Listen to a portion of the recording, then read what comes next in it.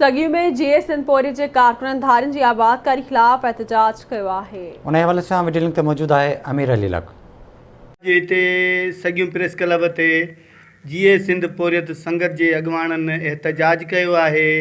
धारी आबादकारी ऐं जेको आहे सिंधियुनि खे नौकरियुनि मां बरतरफ़ करण खिलाफ़ अचो त उन्हनि सां ॻाल्हि ॿोल कयूं त संदनि छा चवणु आहे। सिंधी माण्हुनि खे फैक्ट्रियुनि मुख़्तलिफ़ फैक्ट्रियुनि मां निकाली ॾेई उन्हनि सां माटोली मां वारो सलूक कयो थो वञे। जीअं सिंध पोरियत संगत जे मरकज़ी सॾ ते असां सगियूं प्रेस क्लब जे ॾाढो एहतजाज रखियो आहे। असां आला क़यादत खां इहा घुर कयूं था त सिंधी माण्हुनि जी जेकी 15 साल पहिरियां पघार हुई मुक़ररु उहा ई अॼु बि उन्हनि खे ॾिनी पई वञे। असां घुर कयूं था त हेॾे महांगाई जे दौर में 400 रुपया ॾियारीअ ते केर बि गुज़र सफ़र पंहिंजो न पियो करे सघे। असां घुर कयूं था त कम से कम मुंहिंजी जेकी ॾियारी आहे उहो 1000 रुपया मुक़ररु कई वञे। हिन दौर में 350 ऐं 400 रुपया ॾियारी थी महांगाई जे दौर में मिले।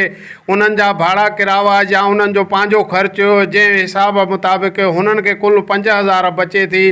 वॾे में वॾी नाइंसाफ़ी आला ऑफिसरनि को असां घुर था कयूं त बराए महिरबानी करे मज़ूर तबिके ते नज़र कई वञे। जेके भी कराची में कंपनियूं सिंधियुनि सां नाजाइज़ियूं थियूं कनि खुदारा आला ऑफिसरनि खे असां इहो चऊं था त उन्हनि सां इंसाफ़ कने जे न ते एहतजाज जो दायरो वधाए वेंदो ऐं असां रोडनि ते हूंदासीं। असां आला ऑफिसरनि खे घुर था कयूं त जेके सिंधियुनि खे फैक्ट्रियुनि मां इन्हनि मां निकाली ॾेई करे ऐं गैर मामूली जेके माण्हू रखिया विया आहिनि उन्हनि खे निकाली ॾेई उते सिंधी रखिया वञनि ऐं उन्हनि जूं पघारूं 1000 खां 1200 कई वञे जीअं उन्हनि जो पंहिंजा बचनि जो गुज़ारो सुठे नमूने सां थी सघे। इहा असां आला ऑफिसरनि सां घुर कयूं था। जीए सिंध पोरियत संगत जे अॻवाननि जूं ॻाल्हियूं ॿुधियूं। संदन चवणु आहे त जेको फैक्ट्रियुनि में मज़दूरनि खे तमामु घटि मुआवज़ो ॾिनो पियो वञे जंहिंसां हुननि जो गुज़र सफ़र मुश्किल थी वियो आहे।